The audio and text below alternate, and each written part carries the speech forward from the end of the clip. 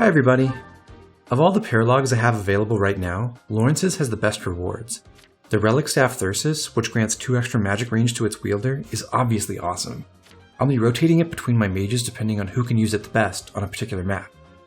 Lawrence and Lysithea have the matching crest to occasionally activate its Pavis and Aegis effect, but if Lysithea is setting up Vantage, it can sometimes be counterproductive. Don't sleep on the battalion you get from this paralog either. The Gloucester Knights have a solid claim on being the best general purpose battalion in 3 houses. At max level, they grant 6 points to each attacking stat, 5 to each defensive stat, and 15 hit. They also have one of the best multi-use offensive gambits in Assault Troop. They'll be a perfect fit for someone like Byleth, who can put all these features to good use. The major change in the roster is Marianne, who is now a Cavalier to work on her riding rank. Other people switched to new classes to earn more mastery skills, so for example Hilda is now a Brigand. Byleth and Claude are nearing level 20. They're both going into classes with a single A-rank skill requirement, Byleth into Warlock and Claude into Warrior. For advanced classes like those, you lose 40 percentage points on your qualification chances for each rank you're missing, so the 2 of them both have to get at least B+ rank in Reason and Axes respectively. Claude is closer, and he has a Strength in Axes. Byleth is only neutral in Reason, but the Knowledge Gem will maximize his skill gains. I'm equipping him with the Knights of Saros for bulk so that he can get in a lot of battles here. Claude's not far from mastering Brigand, and Ignatz is nearly as close. Just like I did on the last map by attaching Raphael to Byleth, I can make Ignatz serve as Claude's adjutant to coordinate things so that they both master the class here. Lawrence's paralog is a fairly low level one. In fact, it unlocks in Chapter 7 earlier than almost all the others. The main threats here are the enemy Pegasus Knights. They have respectable strength, and they're also really fast at 24 AS. The objective on this map is to either defeat Acheron or to defend a tile in the starting area for 12 turns. If you're not rushing for the boss kill, you have to make sure you intercept the Pegs before they simply fly over the walls and seize the defend point. You can play around the Pegasus Knights with bait and swarm tactics, but I find it helpful to bring some dedicated counters. Claude has Lancebreaker, he's holding an evasion ring, he has an adjutant, and he has the Alliance Snipers. He's built for a dodge tanking strategy. Petra has 28 speed, which makes her fast enough to double the Pegasus Knights as long as she's using a light enough weapon. The Ironbow Plus qualifies and it will easily one round the enemy flyers. I'll be using Claude and Petra to clear my flanks while Byleth marches south toward the boss.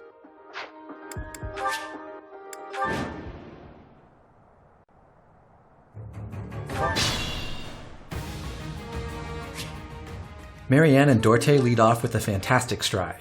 Since I gave her the March Ring, Marianne is able to ride down the stairs afterward. Without that, she'd have been stuck up top, forced to waste a lot of her movement on the stairs next turn. I find it helpful to mark the ranges of all the enemy flyers so I don't misplace anyone later. I stand ready. Stay focused. Byleth can tank one of the Pegasus Knights. Since he's in Dark Mage, he has Heartseeker, which will help his accuracy against them immensely.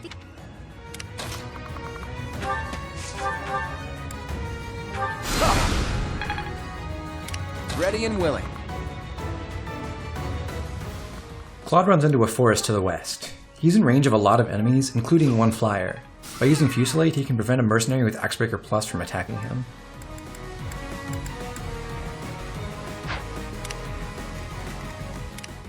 On the other side, Leonie takes the March Ring from Marianne and then repositions her into danger.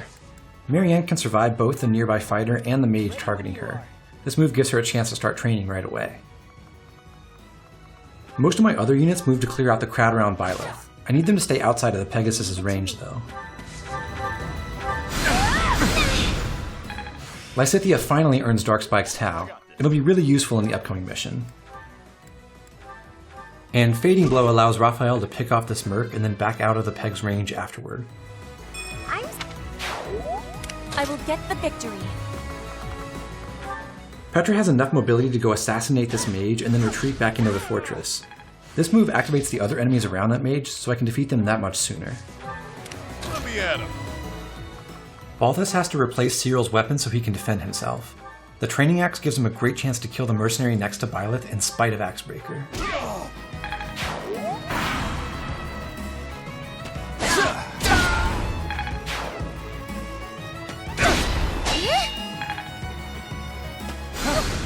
For Claude, dodging this mercenary's gambit is crucial. If he can do that, he almost certainly survives everyone else. Too easy.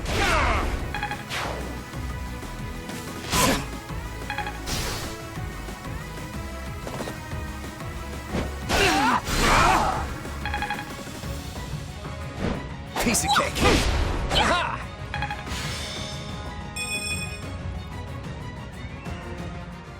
Once Claude evades the second gambit at 40%, I know that I'm off to a good start.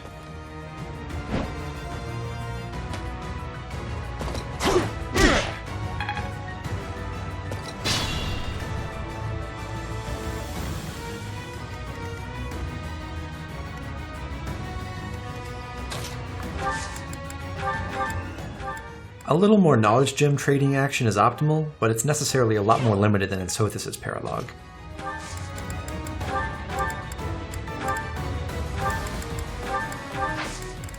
Violet will be marching south unsupported by any healers, and I don't have any ranged healing anymore.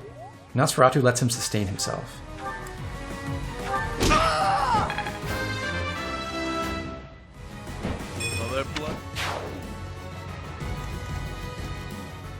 Because he's an archer now, Raphael gives Lawrence a link bonus when he equips his mini bow.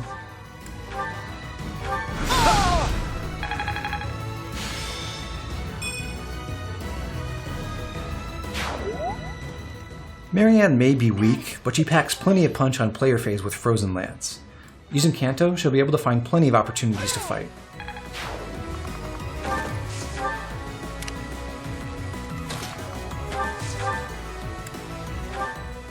After taking out the mage, Raphael can handle the Cavalier and Mercenary just fine. He has vastly improved now that Deathblow gives him 12 extra damage on player phase.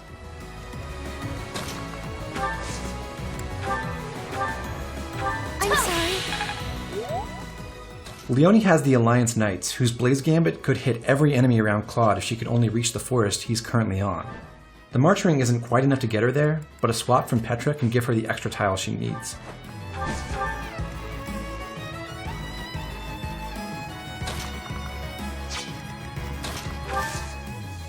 Claude moves out of the way and eliminates one of the Axebreaker enemies while he's at it. Here, if every nearby enemy gets rattled, he'll be able to fight and kill the Cavalier and the other Mercenary, and neither of them will be able to use their gambits against him. To ensure success, Leonie trades her March Ring for the Golden Deer Bracelet. Can we help?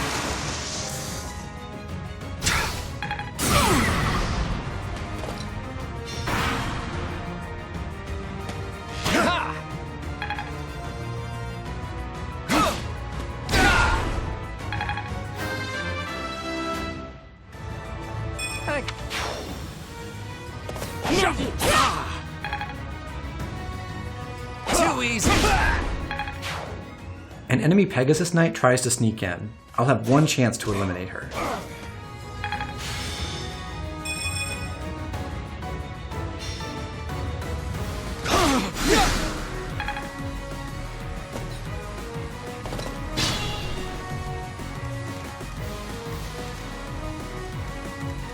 Good to go. Raphael defeats the Mercenary first. He's in a great position right here in this forest, and this move helps Petra out too. Because she's lost some HP, I want her to reach the tile east of Lawrence that no enemy can get to, but she also needs to kill the enemy flyer. With the Mercenary out of the way, she can move up one space, shoot down the Pegasus, and then fly down south across the wall. She could hide up in the fortress instead, but this way she stays close to the action for future turns.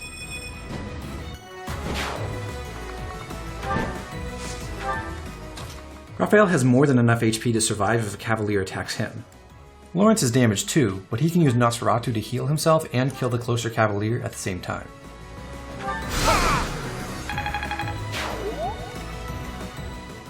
The Cavalier targets him now, but Nosferatu will keep him healthy anyway.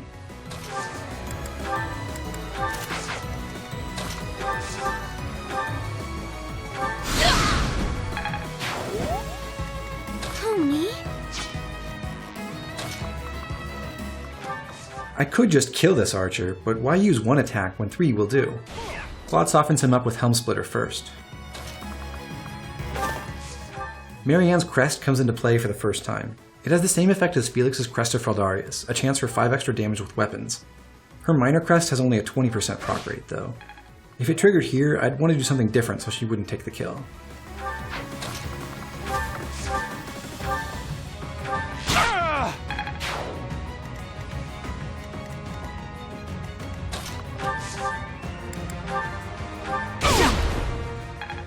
Seal's getting close to level 20 himself. If I play my cards right, I might just be able to get him over the hump by the end of this chapter, too. That'll be immensely useful. I'll be doing 3 battles on one weekend next month, and having another flyer before then will be a huge boon.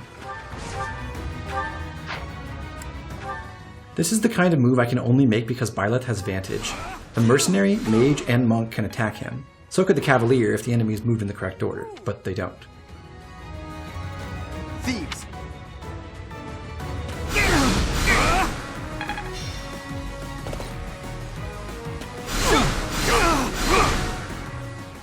After tanking those spells, Byleth could potentially have been weakened enough for the Mercenary to deal lethal damage, but with Vantage he was completely safe.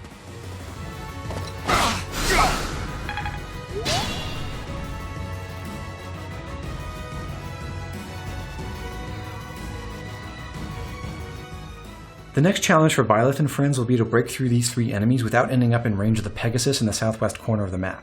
I'm putting that off for a moment. Petra is close enough to reach the thief that has the advanced seal with Curve Shot.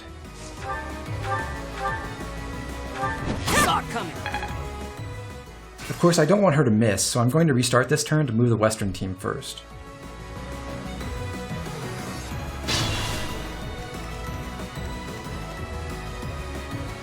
Let's get to it. Pony.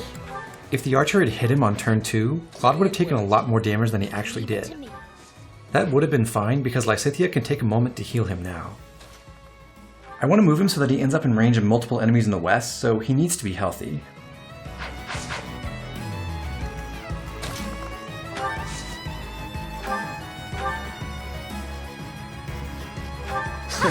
Sorry.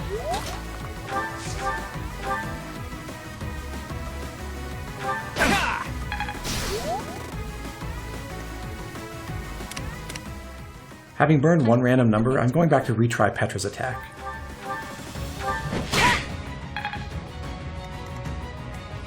I stand ready. Good to go.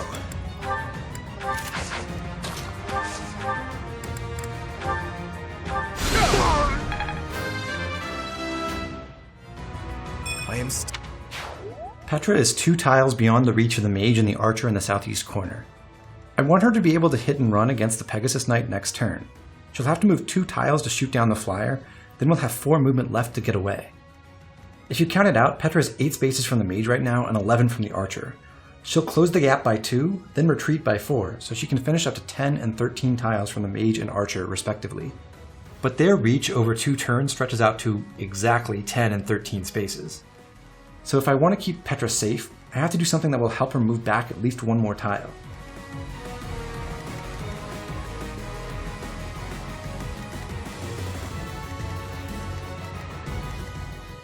Enter Raphael and his shove art. An extra space right now means doubling back over 1 less space later. The closer Petra is to danger, the farther she is from harm.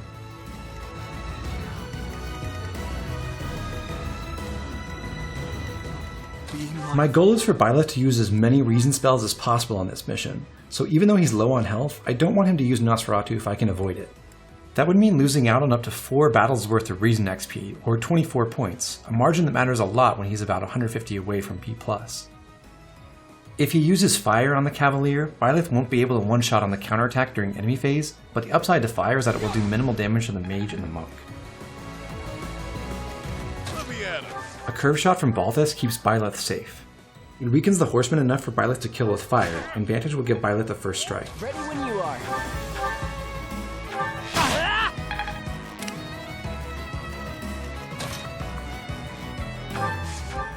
Going back to the western front, Leonie can return the favor that Marianne gave her last turn. She uses her training bow to cripple the thief, leaving him for Marianne to kill.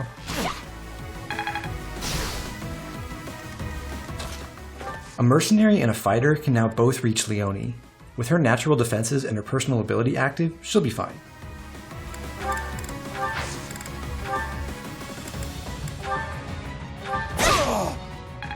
This thief drops a Devil Sword. When forged, the Devil Sword ties her strongest sword in the game, but at base it's barely more powerful than a regular old silver sword, with way less accuracy.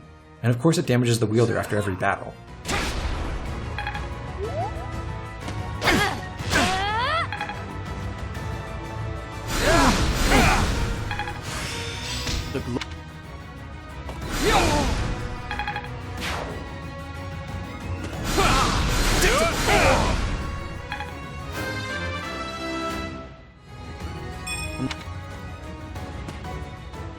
Now that the Eastern Thief is behind enemy lines, Violet's team will have to be the one to intercept him before he escapes.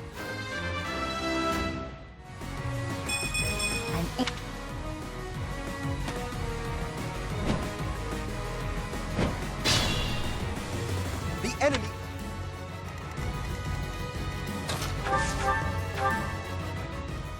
Backing up by one space creates room for Balthus or Cyril to run down and finish off this monk at melee range.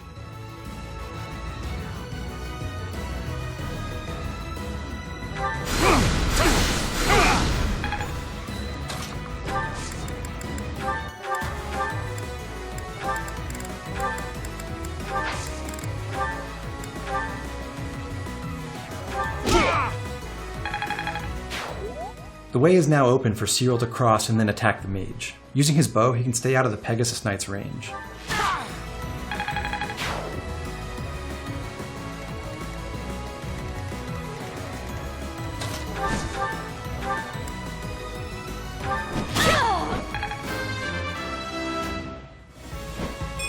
War feeds my body and mind. As you can see, Petra can just barely escape to a safe zone where Lawrence can heal her up fully.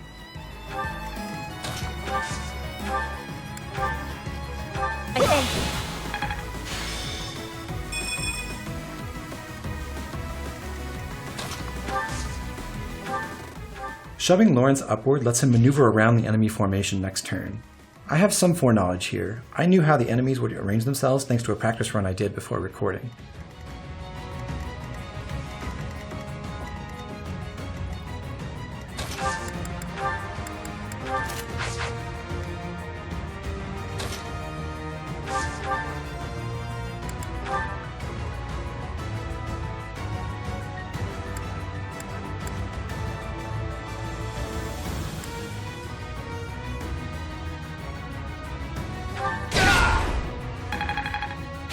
Fun to watch. Claude needs 3 more battles for Ignatz to master Brigand. I'll manage. Temporarily switching Claude to his hand axe allows him to provide linked attack bonuses against the fighter and the mercenary. I don't want him to actually use such a weak and yet valuable weapon against the armored knight who's targeting him, so someone else will have to switch him back later.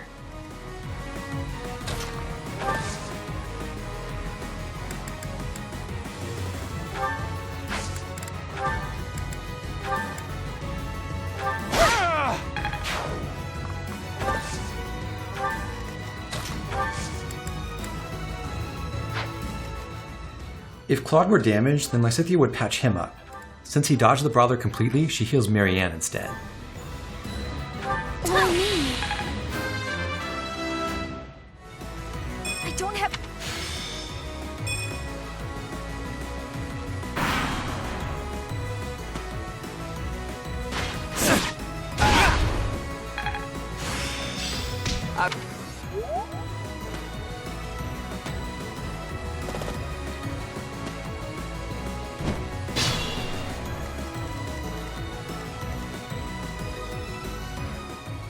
I'm not quite ready to fight the Southwestern Pegasus. That one has a battalion and decent charm, so Claude's dodge tanking abilities won't really help. What I can do is make the encounter easier by pulling the mage who's also down there. Their ranges don't completely overlap. The mage can reach the tile south of Lysithea, for example. I'll use Claude to bait that mage, but he doesn't have the greatest res, so I don't want him to take any additional damage. Rather than using him to weaken the armored knight, I'm just going to have him wait and leave the knight to Leonie and Marianne.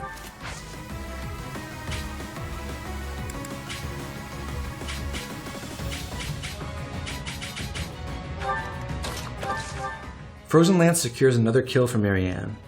I get...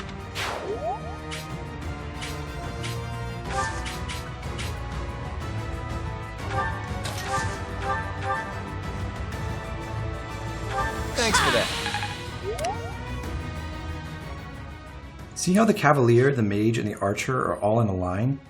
If Lawrence had stayed to the left of Petra, then the Cavalier would be blocking him from reaching the Archer. That would be a problem because I have to use Petra to kill the Pegasus Knight, and Raphael has to eliminate the mage.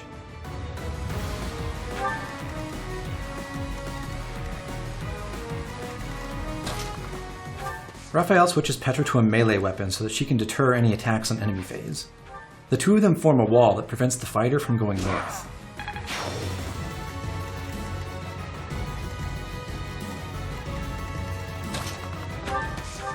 That wall creates a safe zone for Lawrence, who is able to kill the archer in one hit with Ragnarok. He has enough HP to survive a potential attack from the Cavalier alone.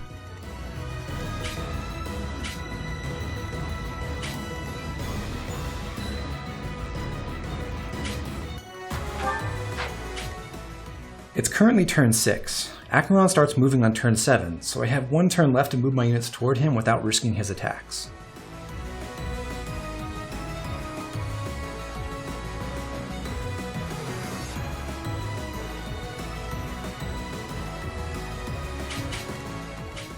Unfortunately, there's still an archer covering most of that area, and I don't have a way to counter it. The best I can do is to put someone in range as bait so I can deal with the archer next turn.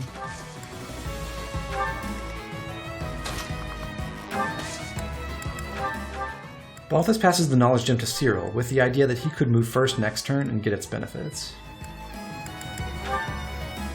Thank you.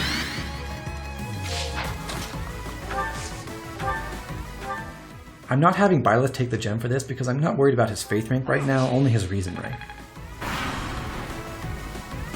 Too slow.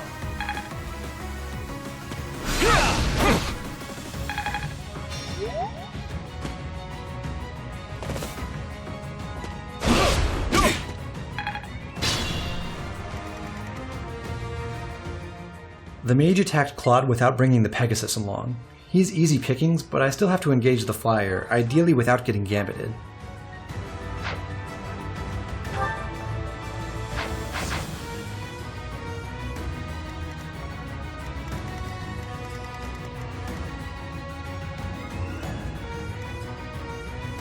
Ready and willing.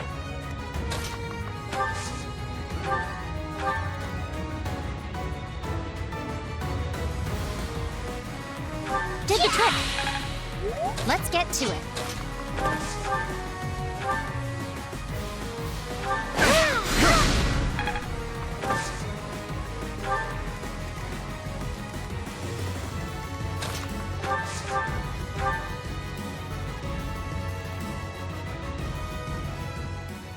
It's a good general rule to always make the most pessimistic assumptions about what the AI will do to you, but sometimes those assumptions are wrong. For whatever reason, the Pegasus Knight is happy to fight my archer straight up. Go figure. This might have to do with Leonie's Golden Deer Bracelet pushing down the Gambit's hit rate. Over in the east, since the enemy Cavalier didn't have a kill shot, he decided to just race to the siege point. Petra can reach him with her bow, but I have a better solution.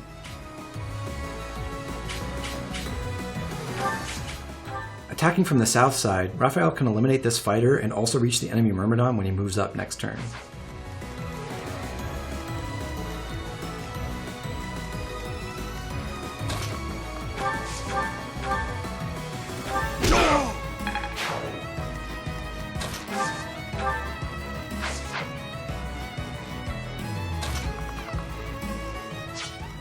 Now that Raphael's out of the way, Lawrence uses draw back to give Petra an assist. This lets her use her gambit so she can lock the Cavalier down and force him to fight her on enemy phase. I've left her holding an Iron Lance with just one use left, so she won't kill him immediately.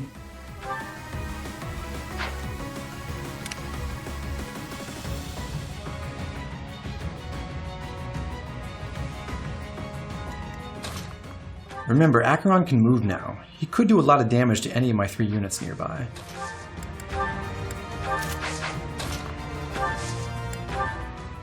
But Byleth's Blaze Gambit solves that problem.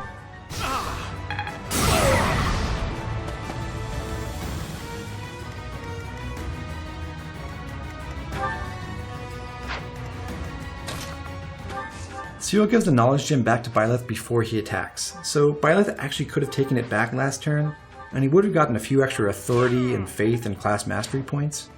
I'm not too bothered by that. The more important thing is reason, and the gem wouldn't have made any difference for that. Byleth needs it now because Balthus can shove him into Acheron's range. Who are you? By the way, the Cavalier guarding the drawbridge is tied to Acheron. He also starts moving on turn 7.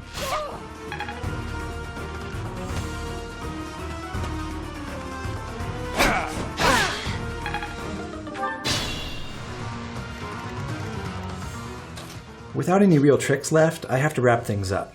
We just have a few stragglers to pick off before we defeat the boss. If I play my cards right, everyone can get into one more engagement on this final turn.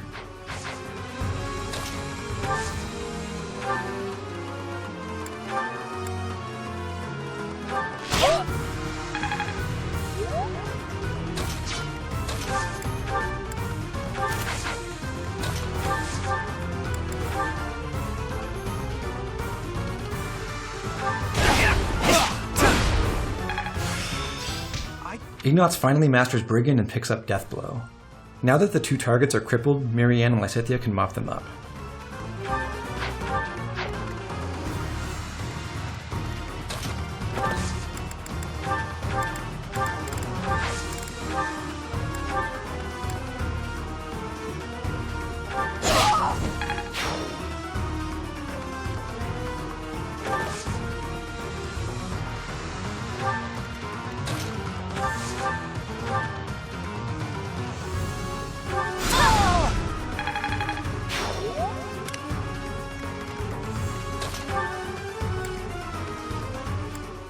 Because she broke her weapon, Petra gets to have one extra fight where she kills off this Cavalier. She has a small dilemma. Which weapon should she use for this kill? I wouldn't mind having another weak lance that I can break, so I decide to use up more of the training lance.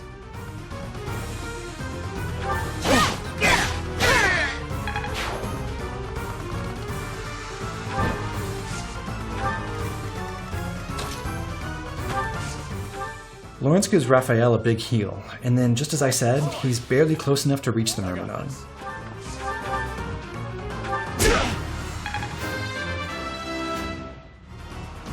Make it.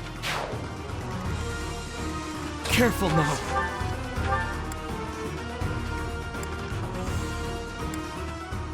Since he has only one use of Miasma Delta left, Byleth can save this thief kill for someone else as long as he doesn't crit.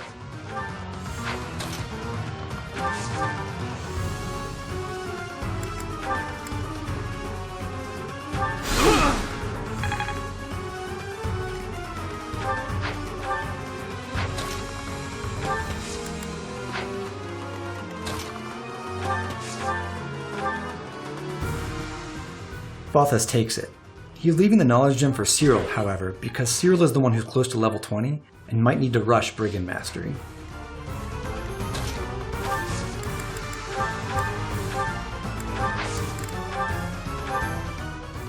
And lastly, Cyril gets a boosted boss kill that brings him up to level 18. He has a very real chance to reach Wyvern Rider after this chapter. What? That's not... This is...